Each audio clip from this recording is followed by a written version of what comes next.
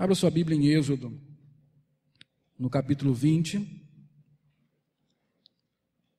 a partir do verso 8, para que nós continuemos essa série de exposições do livro de Êxodo, em especial, depois de quase um ano caminhando neste livro, chegamos agora ao capítulo 20, que nos fala dos 10 mandamentos.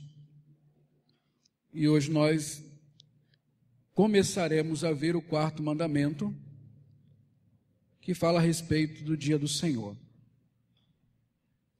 Êxodo 20, a partir do verso 8. Antes de falarmos do 4º mandamento, eu quero testar a memória dos irmãos. Qual é o primeiro mandamento? Vocês sabem, vocês precisam de coragem só. Lembrem-se, os covardes não entrarão no reino dos céus, né? Tenham fé, coragem. Qual é o primeiro mandamento? Muito bem. O segundo mandamento? E o terceiro mandamento? Esse foi o mais próximo, né? O terceiro mandamento é? Muito bem, não tomarás o nome do Senhor teu Deus em vão. Só lembrando, o segundo mandamento é: não farás para ti imagem de escultura, nem se inclinarás diante dela para adorar e tudo mais, né? Hoje nós começaremos a ver o 4º mandamento, que está anunciado aí a partir do verso 8 até o verso 11, que fala assim: lembra-te do dia de sábado para o santificar. 6 dias trabalharás e farás toda a tua obra, mas o 7º dia é o sábado do Senhor teu Deus. Não farás nenhum trabalho, nem tu, nem teu filho, nem a tua filha, nem o teu servo, nem a tua serva, nem o teu animal, nem o forasteiro nas tuas portas para dentro, porque em 6 dias fez o Senhor os céus e a terra, o mar e tudo que neles há, e ao 7º dia descansou. Por isso o Senhor abençoou o dia de sábado e o santificou. Este é o 4º mandamento. O último mandamento da primeira tábua da lei. Didaticamente, nós dividimos os mandamentos em 2 tábuas. Você sabe que Moisés foi ao monte e voltou com 2 tábuas. Apenas para uma forma didática, nós costumamos dizer que a primeira tábua tem aqueles mandamentos que falam daquilo que o homem deve a Deus. A segunda tábua, os outros 6 mandamentos, a começar do 5º mandamento, honra pai e mãe, são as leis que dizem respeito àquilo que o homem deve ao seu próximo. Nós sabemos que os mandamentos do Senhor, a lei do Senhor, a lei moral, ela existe dentro de um contexto pactual. É o pacto que Deus fez com Moisés e o povo de Israel, tendo Moisés como mediador desse pacto. Então, significa que os mandamentos do Senhor são a regulamentação do relacionamento que nós temos com Ele e com as pessoas. Nós sabemos que pacto, aliança, gastamos um tempo estudando sobre isso, diz a respeito de relacionamento. Vamos ver se vocês estão lembrados. Nós, recentemente, na pausa que fizemos ali em outubro, por causa da reforma, tratamos o tema da aliança. O que é aliança? O que é pacto? Você lembra? Eu vou começar e vamos ver se você continua. Catecismo de criança, hein? Não é nem o catecismo de Westminster, é o de criança, que é para ficar mais fácil, né? O que é pacto? É um relacionamento duradouro que tem promessas e deveres. Vamos falar? Pacto é um relacionamento duradouro que tem promessas e deveres. Então, quando Deus reestabeleceu o pacto com o seu povo, ele fez promessas. Aquele povo ia se multiplicar, aquele povo ia conquistar uma terra que emana leite e mel, aquele povo ia ter descanso dos seus inimigos, enfim, há uma série de promessas. Mas também Deus deu a este povo uma série de obrigações que estão aí, todas elas resumidas na lei que foi dada a Moisés, em especial a lei que perdura até a nova dispensação, a lei moral, os 10 mandamentos. Nós já sabemos também, só para você não esquecer, que a lei, tanto para aquele povo quanto para nós, não é o que nos salva. Veja, o povo de Israel recebeu a lei depois da redenção, depois que saiu do Egito. Então não foi a lei que os salvou, mas a lei é o princípio de vida para a nova vida. Eles tinham uma vida no Egito e agora precisam viver uma nova vida fora do Egito. Tudo que eles tinham aprendido, aprenderam no Egito. Eles foram aculturados lá. Agora Deus os tira do Egito e agora está tirando o Egito deles, colocando novos princípios nos seus corações, que são os princípios estabelecidos pela lei do Senhor. Da mesma forma para nós, crentes em Cristo Jesus, que tivemos anteriormente, antes de Cristo, uma antiga vida, escravizados no pecado, servindo à carne, aos pensamentos, e era por isso mesmo filhos da ira, agora recebemos o chamado para uma nova vida. E esta nova vida tem novos princípios, que não são os mesmos princípios de anteriormente. E onde nós encontramos esses princípios, onde nós encontramos esse novo estilo de vida, expresso justamente na lei do Senhor, os 10 mandamentos. O 4º mandamento, em especial, talvez seja um daqueles itens da lei que nós temos maior dificuldade. Talvez seja um daqueles que nós temos maior resistência em aceitar como algo que nós devemos cumprir. Nós não temos muito problema, por exemplo, com não terás outros deuses diante de mim. Ninguém é louco de questionar isso na Bíblia. Ou fazer imagem de escultura, ou tomar o nome de Deus em vão. Mas quando chega no 4º mandamento, que se refere ao dia do Senhor, aí nós criamos uma série de coisas que dificultam para nós entender que este mandamento ainda é válido. Por exemplo, nós ficamos com medo de ser confundidos com os adventistas, que guardam o 7º dia. Ah, então agora eu sou igual àquele pessoal lá, que não é por aí. Ou então nós achamos que é apenas um elemento cultural, que não serve mais para nós. Enfim, nós criamos uma série de coisas, dizemos que a vida é outra, que os tempos são outros, que Paulo disse, que não tem dia santo, não tem dia especial, não devíamos nos preocupar com isso. E a questão toda é que, assim como os outros 9 mandamentos, o 4º mandamento também é válido e deve ser cumprido. E nós precisamos ter um cuidado especial com esse mandamento, não porque ele seja melhor do que os outros ou mais especial do que os outros, mas porque ele é um mandamento que geralmente é negligenciado na vida dos crentes, em especial dos crentes da nossa geração. Nós vamos estudar esse mandamento em 3 partes, creio eu. Hoje nós vamos ver as razões bíblicas, porque nós devemos guardar o dia do Senhor, guardar o 4º mandamento. Depois nós veremos a respeito do trabalho, porque esse mandamento fala que temos que trabalhar 6 dias. E nós precisamos entender qual é a nossa relação com o trabalho para não comprometermos o cumprimento do 4º mandamento. E finalmente nós vamos falar do 4º mandamento propriamente dito, num 3º domingo, com a graça de Deus, para saber o que é descansar conforme o 4º mandamento nos manda fazer. O que é guardar o dia do Senhor.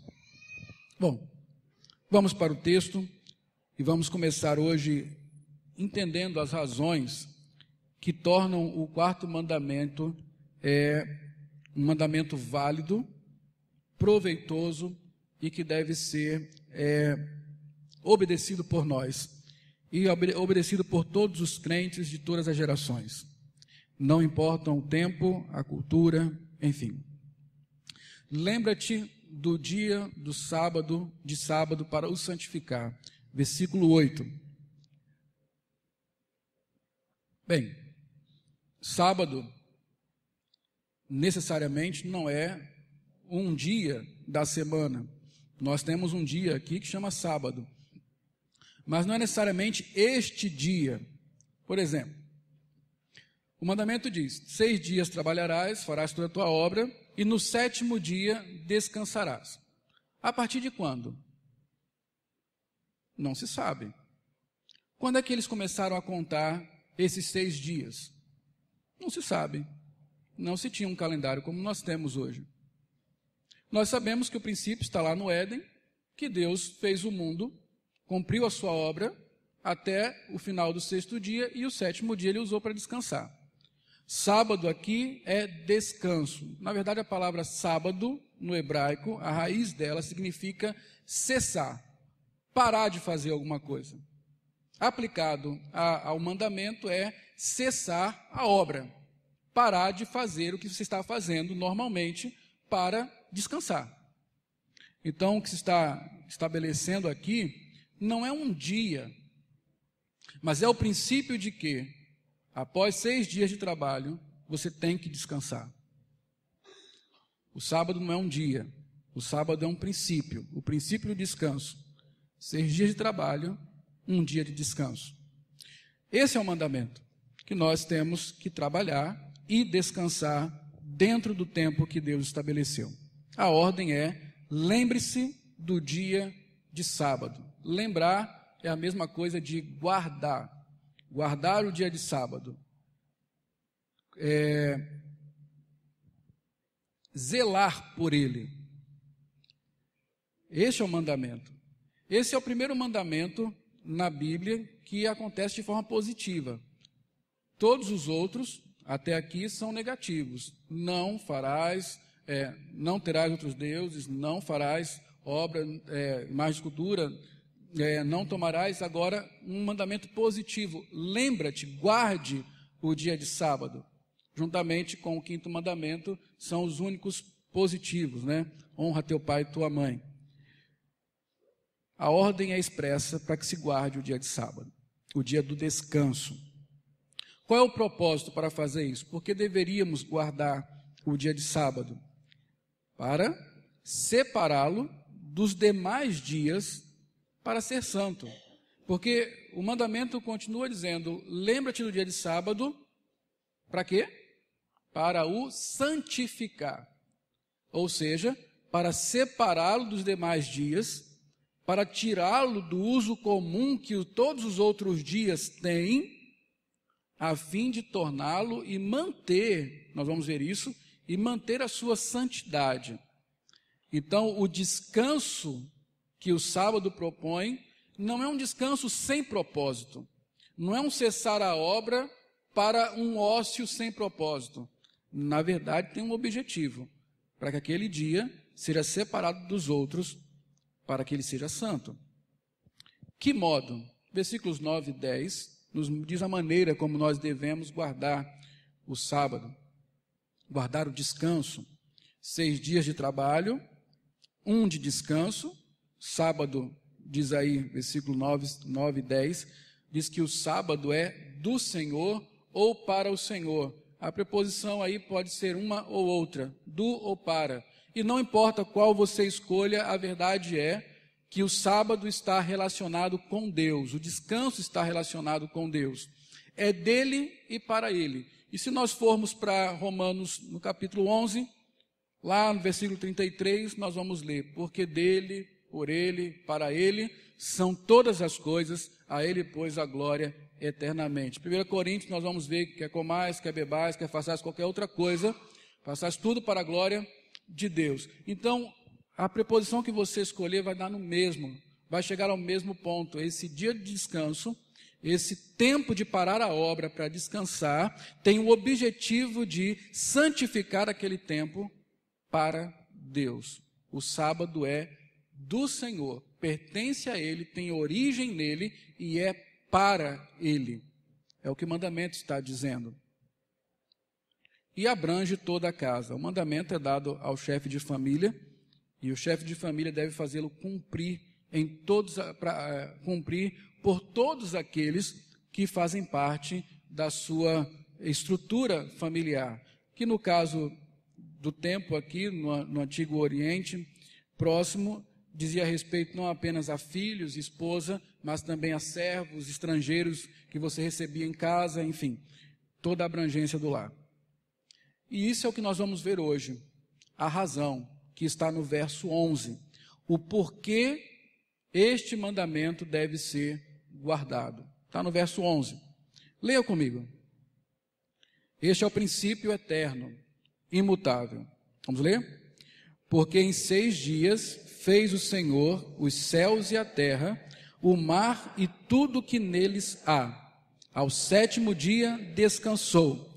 Por isso o Senhor abençoou o dia de sábado e o santificou. Então, Moisés faz o enunciado do mandamento e ele dá a razão por que esse mandamento deve ser obedecido e cumprido. Porque em 6 dias o Senhor fez tudo e ao 7º descansou.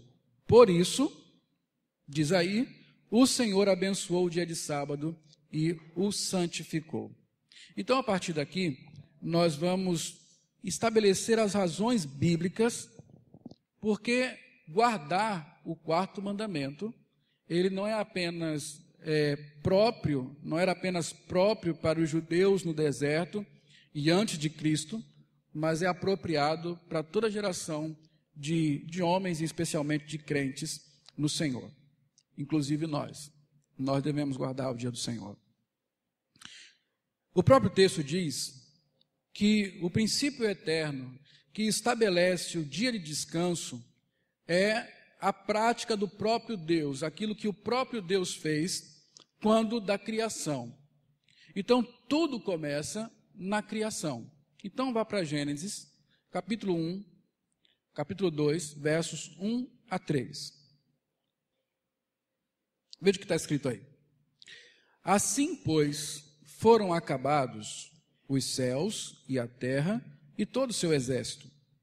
E havendo Deus terminado no 7º dia a sua obra que fizera, descansou nesse dia de toda a sua obra que tinha feito. Leia junto comigo.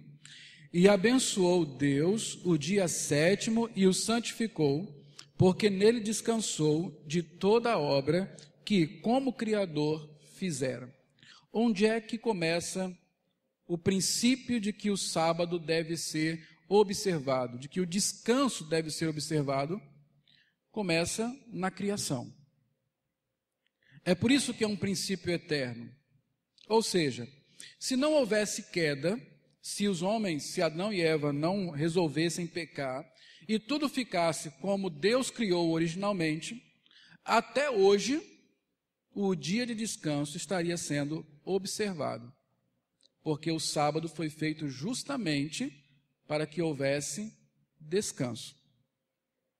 O que nós podemos tirar desse texto que nós lemos agora? O que nós podemos observar a fim de entendermos melhor o princípio do descanso na Bíblia? Primeira coisa, a lei expressa exatamente o que aconteceu na criação. 6 dias de trabalho e 1 de descanso. Veja que a narrativa de Moisés, aqui no Gênesis, ela é muito clara, muito explícita. Ele faz questão de dizer, o Senhor fez tudo em 6 dias, terminou no sábado, e no sábado ele descansou. Trabalhou 6 dias e descansou 1. É a mesma coisa que a lei expressa. A segunda coisa que nós observamos aí é que o dia de descanso não foi criado pela lei mosaica, mas pelo próprio Deus na criação, ou seja, antes mesmo da queda. O sábado não é um remendo para a queda do homem, não é uma exigência posterior à queda, para que você possa dizer, não, isso foi estabelecido por causa do pecado. Uma vez que somos remidos, que somos libertos da escravidão do pecado, nós não precisamos mais estar presos a esse princípio. Não é o caso aqui. O caso aqui é que o dia de descanso vem antes da lei. Na verdade, Paulo fala lá em Romanos 2, que a lei de Deus está escrita no coração. Na verdade, o que acontece com a lei expressa nos 10 mandamentos em Êxodo 20, não é que leis foram criadas ali, mas é que Deus tornou explícito aquilo que já estava implícito no coração de todo homem, a sua lei. E um dos princípios que Deus colocou no coração do homem e deixou muito claro na própria criação é o princípio de que este homem deve parar a sua obra, que fez em 6 dias, descansar no 7º para consagrá-lo ao Senhor. É o tempo de o homem parar de cuidar dos seus interesses para dedicar-se a Deus. Isso é desde a criação. E não era apenas, isso não acontecia apenas semanalmente. Nós sabemos que na Bíblia, a Bíblia nos diz que diariamente havia um tempo em que Deus e o homem se encontravam. Tanto é que quando Adão é pego em flagrante, foi justamente no momento em que Deus, costumeiramente, via caminhar sobre o jardim e chamava o homem para conversar. Só que nesse dia, o homem estava escondido, fugindo de Deus. Era corriqueiro. E havia um dia para o descanso, até porque Deus fez o homem para o trabalho. Certamente o fez também para o descanso. O homem, terceira coisa, preste atenção nisso.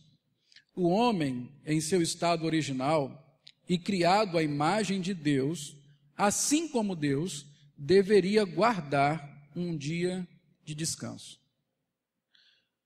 O homem foi chamado, o homem criado, Adão e Eva, quando criados à imagem e semelhança de Deus, foram criados com o propósito de representar Deus no mundo criado. Eles seriam os regentes de Deus neste mundo. Eles representariam a criação, representariam os outros homens. Eles seriam Deus, melhor dizendo, embaixadores de Deus neste mundo, para fazê-lo conhecido, para manifestar o seu caráter, para manifestar a sua glória, para revelar às próximas gerações quem é o Criador. Este era o propósito na criação de Adão e de Eva.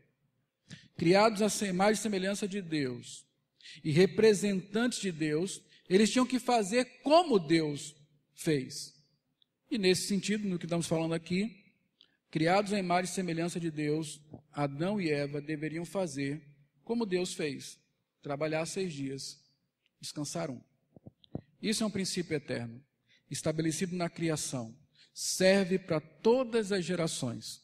O homem tem que descansar. O homem tem que parar o que faz, um dia na semana, para olhar para Deus, para contemplar as obras do Senhor, para dar a Ele o louvor que lhe é devido e para descansar, para dar alívio ao seu coração, para dar alívio à sua mente, para dar alívio ao seu corpo, para simplesmente fazer nada. A queda perverteu tudo, inclusive esse princípio. Desde que o homem caiu, a própria queda em si já é a falta de descanso. A queda traz consigo guerra, sofrimento, trabalho duro, que não se compensa, e à medida que o homem foi tomando o controle da sua própria vida, cada dia mais ele abandona o descanso e se dedica mais às fadigas e aos trabalhos desse mundo. Você tem tempo sobrando? Só para fazer uma aplicação rápida aqui. Você tem tempo sobrando? Não. Se eu falar assim, ó, amanhã eu preciso de uma reunião com você, você pode me dizer de imediato que tem um tempo livre para mim? Amanhã. Segundona. Não tenha. Agora você imagina uma coisa. Eu vou falar mais disso nos próximos domingos, mas você imagina uma coisa só. Hoje, para você ver como é que está a nossa relação com o tempo, hoje nós temos máquinas que fazem a maioria do trabalho para a gente. Tem máquina de lavar, tem máquina de lavar roupa, tem máquina de fazer café, tem comida pronta, tem miojo, tem celular, tem computador. Imagine você, alguém me disse hoje que foi obrigada, Thelma me disse que foi obrigada a fazer curso de datilografia. Eu também fiz, eu tenho um diploma de curso de datilografia. Um ano depois acabaram as máquinas de datilografar. Mas você imagina o que é escrever um texto numa máquina de datilografia? E quando você está no final dele você errou? O que faz? Começa de novo. Hoje não, você escreve o texto no computador, bota para lá, bota para cá. E se não quiser escrever, você vai na internet, procura um texto parecido, copy, cola, acabou. Nós temos uma vida muito mais aparamentada no que diz respeito àquilo que nos rouba tempo, e é incrível, nós continuamos com menos tempo.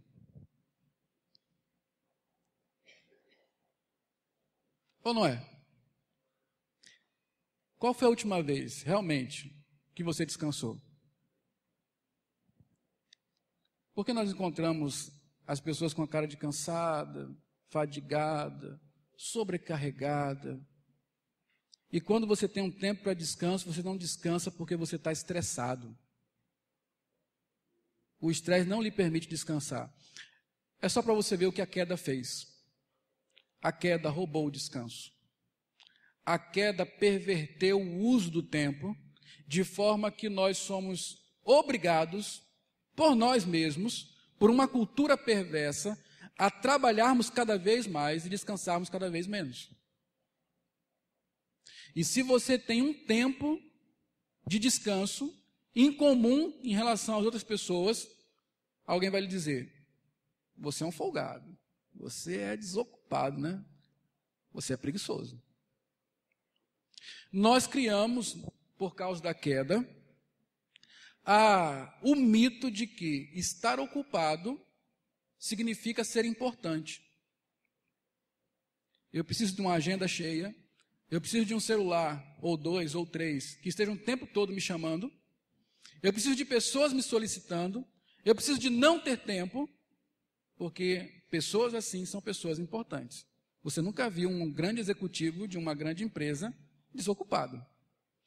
Então, você tem que ter aquele perfil de pessoa bem-sucedida. Pessoa bem-sucedida é pessoa que não descansa, ela está sempre ocupada.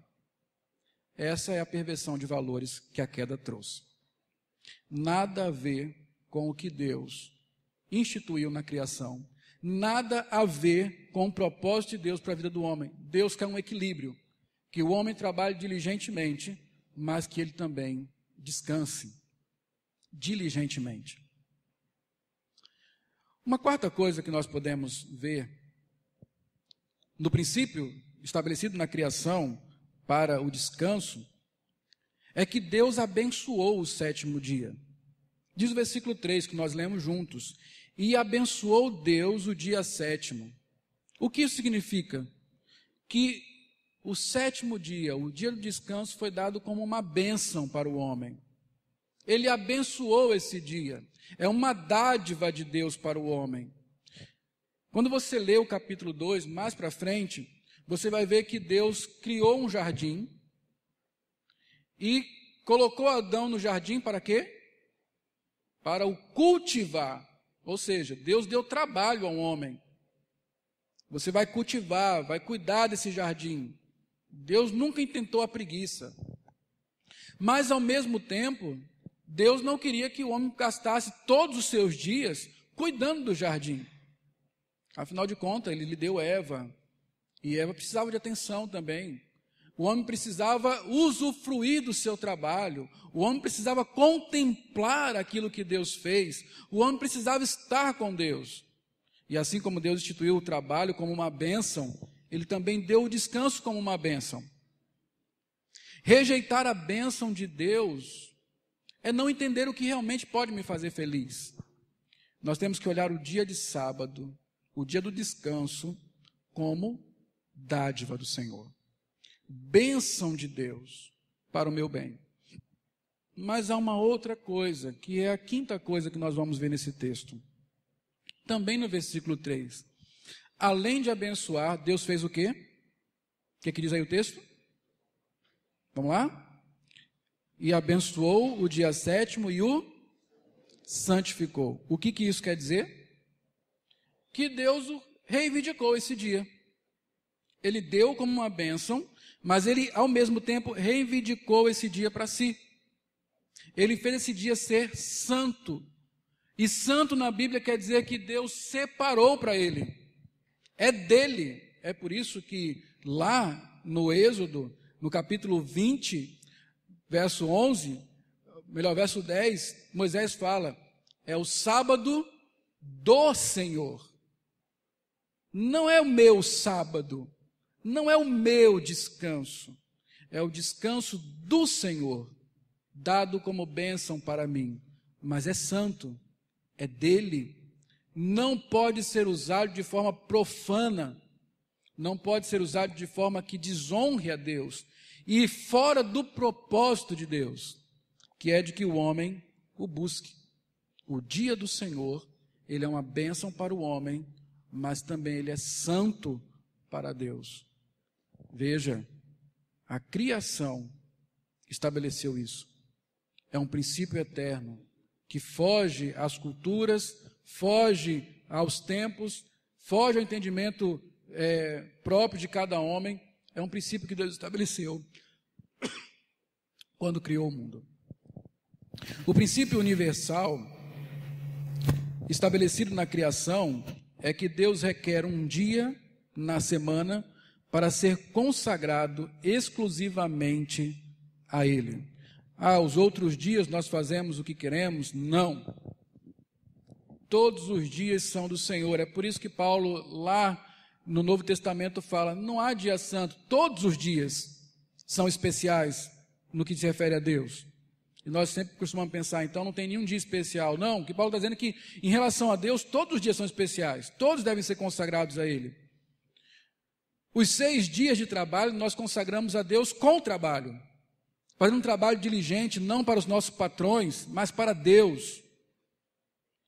Agora, o dia de descanso é o dia que nós santificamos ao Senhor exclusivamente.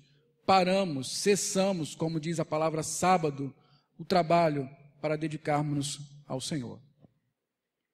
Esse é o princípio.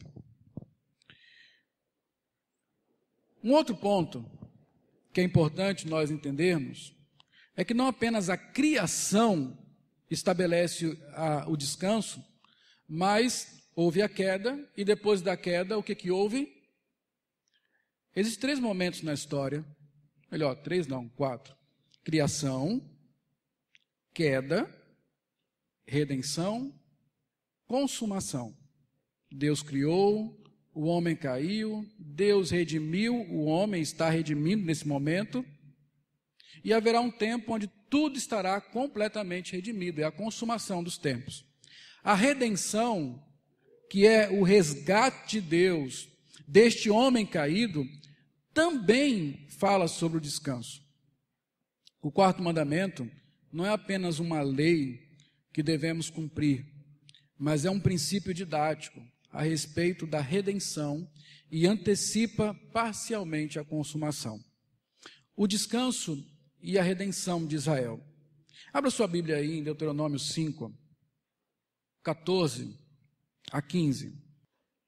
Deuteronômio é a segunda vez que a lei é anunciada, agora depois da peregrinação, chegando já próximo à terra prometida, ali à beira do rio Jordão, antes da travessia, para que se chegasse a Canaã.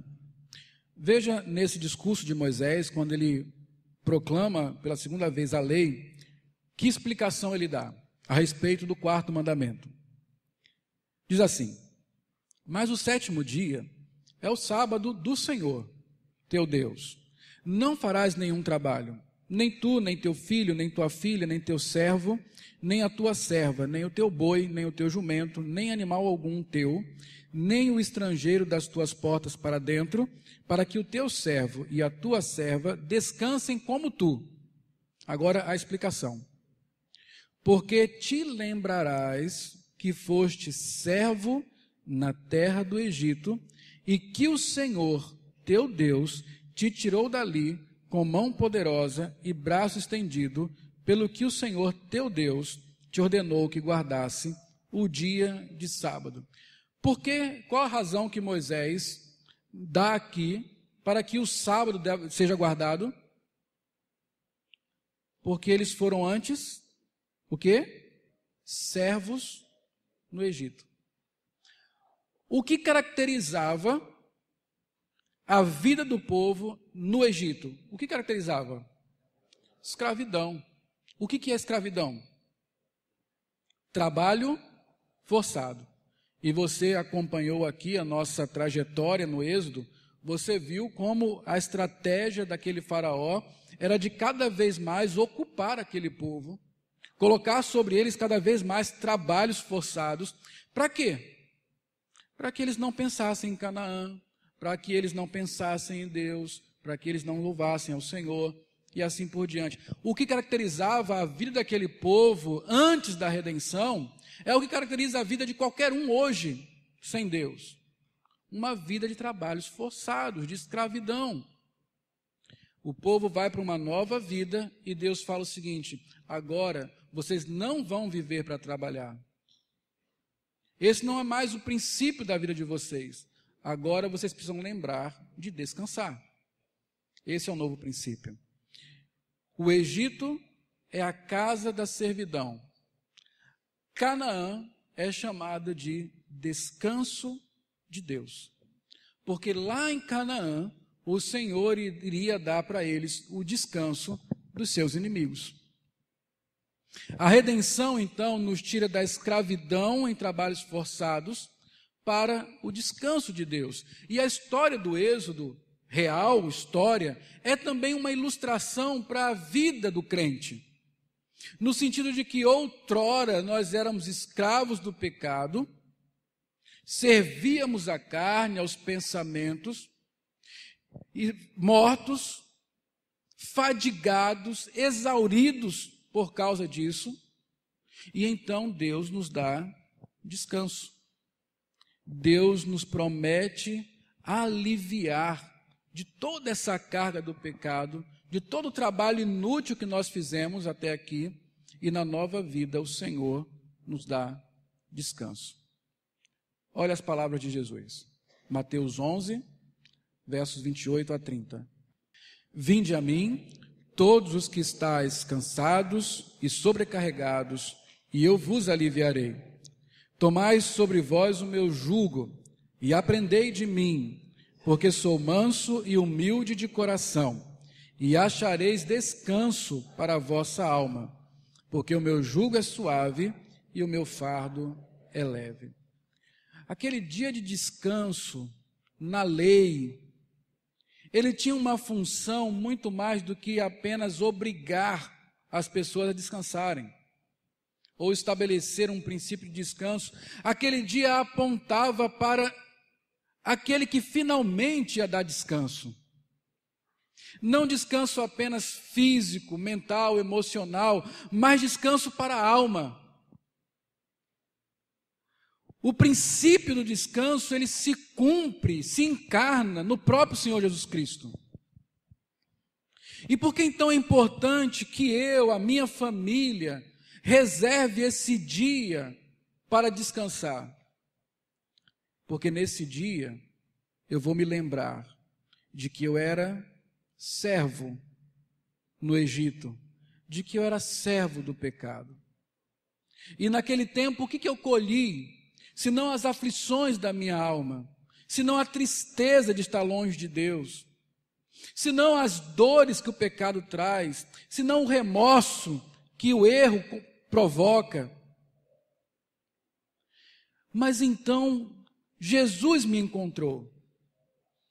Ele me convidou, como ele convida aqui em Mateus, a encontrar descanso nele, a abandonar o fardo da lei, o fardo do pecado, o peso que estava sobre as minhas costas, que eu nem conseguia identificar, eu apenas sentia sobre mim. E ele toma o meu fardo sobre si e coloca sobre mim um fardo leve, um jugo suave. Ele dá descanso para a minha alma. Observar o dia do descanso não é apenas cumprir um ritual ou ser um legalista, mas é experimentar, antecipar, tornar visível aquilo que Cristo fez nas nossas almas, quando nos aliviou dos nossos fardos, quando nos deu descanso. A redenção, então, continua a aplicar o princípio do descanso de uma forma mais ampla e profunda, quando ele tira o descanso do campo material e coloca no campo espiritual. Jesus, ele diz, eu sou o Senhor do sábado. Nós vamos ver isso. Da mesma forma que Deus diz que o sábado é meu. É por isso que nós temos que guardar o dia do Senhor. Observe essas duas conclusões para esse ponto. A redenção e o dia do descanso.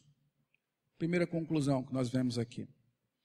O dia do descanso faz-nos lembrar de que fomos escravos do pecado, que durante muito tempo enfadamos nossas almas servindo ao diabo, ao mundo e à carne. Estávamos cansados e sobrecarregados, mas Cristo nos libertou do pecado e hoje descansamos nele. Segunda conclusão. Olhamos para a cruz e lembramos que o penoso trabalho de Jesus, conforme Isaías 53:11, nos deu descanso. A cada dia do Senhor, somos lembrados que Cristo tomou sobre si o nosso pesado fardo e pôs sobre nós o seu fardo leve.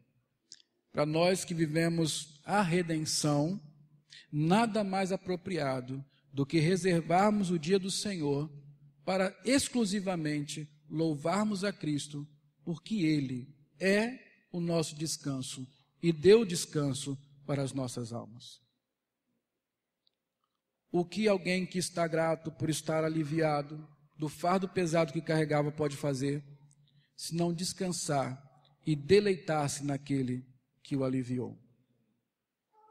Chegamos então a um terceiro momento, que é a consumação, e na consumação, mais presente e de forma mais extraordinária ainda, está o dia do descanso. O dia do Senhor. Hebreus 4, de 1 a 11, é claro, é explícito a respeito do que é o descanso de fato e para onde o quarto mandamento aponta. Para onde o quarto mandamento aponta? Ele aponta para Cristo na redenção, mas também aponta para Cristo na consumação dos tempos, quando todas as coisas se tornarem novas. Nós lemos aqui Apocalipse, no começo do culto, e lá nós lemos que o Senhor dará descanso para aqueles que passaram pela grande tribulação, tiveram suas vestes lavadas, e lá não haverá mais o ardor do sol sobre eles, e Deus enxugará dos olhos toda lágrima. O descanso eterno, gozado aos pés do Senhor, quando todas as coisas forem restauradas. Hebreus, que é o livro que ensina a como você lê o Antigo Testamento aplicando ao Novo, fala também sobre o princípio do descanso e aponta para a consumação quando todas as coisas forem completamente redimidas. Hebreus 4, de 1 a 11, diz assim. Preste atenção na leitura desse texto. Temamos, portanto, que sendo-nos deixada a promessa de entrar no descanso de Deus, suceda parecer que algum de nós tenha falhado, porque também a nós foram anunciadas as boas novas, como se deu com eles. Isso aqui ele está se referindo aos judeus lá no Êxodo. Mas a palavra que ouviram não lhes aproveitou, visto não ter sido acompanhada pela fé naqueles que a ouviram. Os judeus, uma geração deles, não entrou na terra prometida, não entrou no descanso de Deus porque não creu na palavra de Deus. O escritor aos Hebreus está dizendo que o Evangelho também nos foi anunciado, mas nós cremos. E que diferença isso faz? Nós, porém, versículo 3, nós, porém, que cremos, entraremos no descanso, conforme Deus tem dito. Assim jurei na minha ira, não entrarão no meu descanso, referindo-se lá aos hebreus. Embora certamente as obras tivessem concluídas desde a fundação do mundo, porque em certo lugar assim disse, no tocante ao sétimo dia, e descansou Deus no sétimo dia de todas as obras que fizera. E novamente no mesmo lugar não entrarão no meu descanso. Visto, portanto, que resta entrarem alguns nele, e que por causa da desobediência não entraram aqueles aos quais anteriormente foram anunciadas as boas novas, de novo determina certo dia, hoje, falando por Davi, muito tempo depois, segundo antes fora declarado. Hoje, se ouvirdes a sua voz, não endureçais o vosso coração. Ora, se Josué lhe houvesse dado descanso, não falaria posteriormente a respeito de outro dia. Portanto, resta um repouso ou um descanso para o povo de Deus. Que bela notícia. Resta um descanso para o povo de Deus. Porque aquele que entrou no descanso de Deus, também ele mesmo descansou de suas obras, como Deus das suas. Esforcemo-nos, pois, para entrar naquele descanso, a fim de que ninguém caia, segundo o mesmo exemplo da desobediência. Que descanso é esse que o escritor aos Hebreus está falando? É o descanso eterno. E aí nós usamos a expressão descanso eterno para falar de morte. Mas na Bíblia, descanso eterno fala de vida eterna. O céu com o Senhor. O dia que nós veremos a Jerusalém celestial descendo dos céus, ataviada como noiva. O dia que nós entraremos na casa do Pai, o dia que nós estaremos glorificados, perfeitos, como antes na criação, e estaremos diante do Senhor. E o que Deus diz desse dia? Que esse é o dia do descanso. O sábado na criação, o sábado na lei mosaica, o sábado em Cristo, apontam para o sábado eterno, o descanso no Senhor. Por que eu devo guardar o dia de sábado? Não o sábado, o sétimo dia, mas no dia do descanso. Porque no dia do descanso, eu vislumbro e anelo o grande dia do Senhor. J.C. Ryle, um bispo anglicano, século XIX,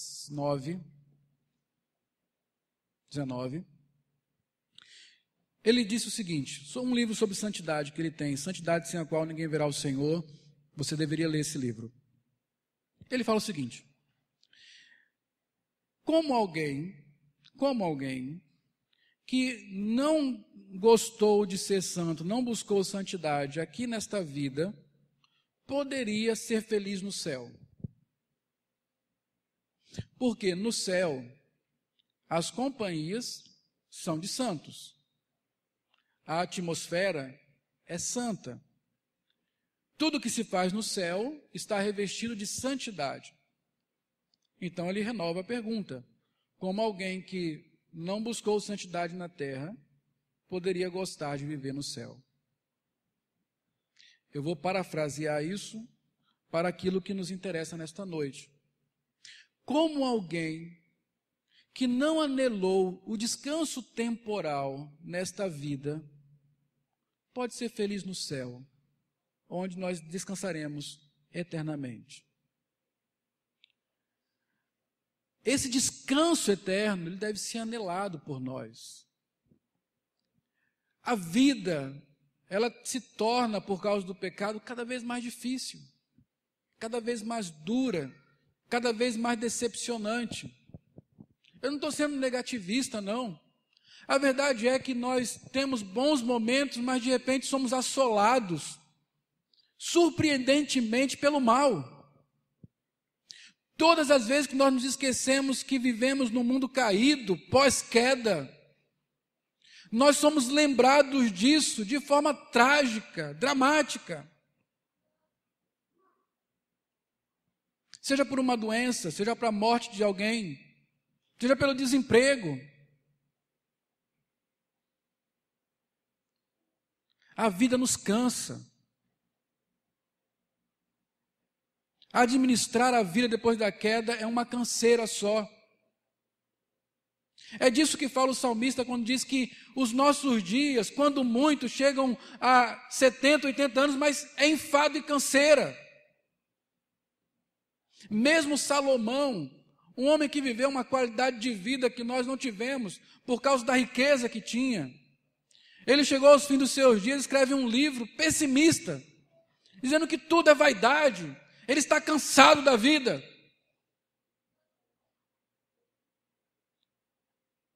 A luta contra o pecado nos cansa. Entender e ver que eu recorro ao mesmo erro todos os dias. Eu não quero desagradar o meu Redentor, mas eu faço isso. Eu não amo como deveria amar. Eu firo a santidade do meu Deus. Não queria fazer isso, então eu luto contra o pecado e essa luta me cansa, me enferma, me abate.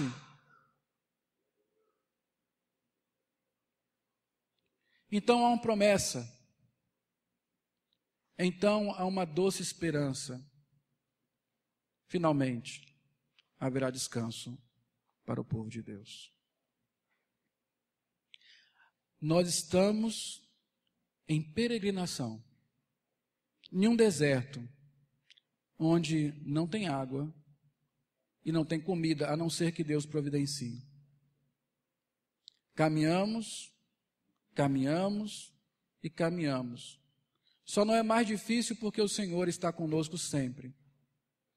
Mas o deserto não tem sentido se não houver o destino final, o descanso do Senhor. E eu creio que você anela isso. Eu creio que é isso o seu desejo. Há um mandamento bíblico que fala que nós devemos guardar o dia do descanso, para o louvor daquele que nos dará descanso, para o louvor daquele que já nos deu descanso em Cristo Jesus, para vislumbrarmos, experimentarmos o que nos aguarda na eternidade, o descanso do Senhor. Nós veremos que se não fizermos isso, a nossa vida irá murchar. 3 aplicações para nós encerrarmos. A primeira delas, o tempo é santo. É isso que o 4º mandamento nos ensina, que o tempo é santo, o tempo é do Senhor. 6 dias de trabalho, 1 dia de descanso, eu não posso mudar isso. Nós veremos que há algumas exceções, mas o ordinário é isso. Eu tenho que trabalhar diligentemente, eu tenho que descansar diligentemente, eu tenho que usar o meu tempo de forma que as duas coisas sejam feitas de forma correta. O tempo é santo, eu não posso usar dele de qualquer maneira. Nos grandes temas da Bíblia, criação, queda, redenção, consumação, o princípio do descanso está presente. Quer dizer que isso faz parte da vida do crente em qualquer geração. O mandamento não caducou, ele continua e deve ser observado. Terceira aplicação. O que nos impede de usufruir do descanso é a incredulidade. Por quê? Será que Deus entende realmente de tempo? Será que Ele é sábio o suficiente para dizer que eu posso descansar quando todo mundo está correndo atrás, quando todo mundo está se virando nos 30, né? Para fazer das tripas corações, para conquistar as coisas?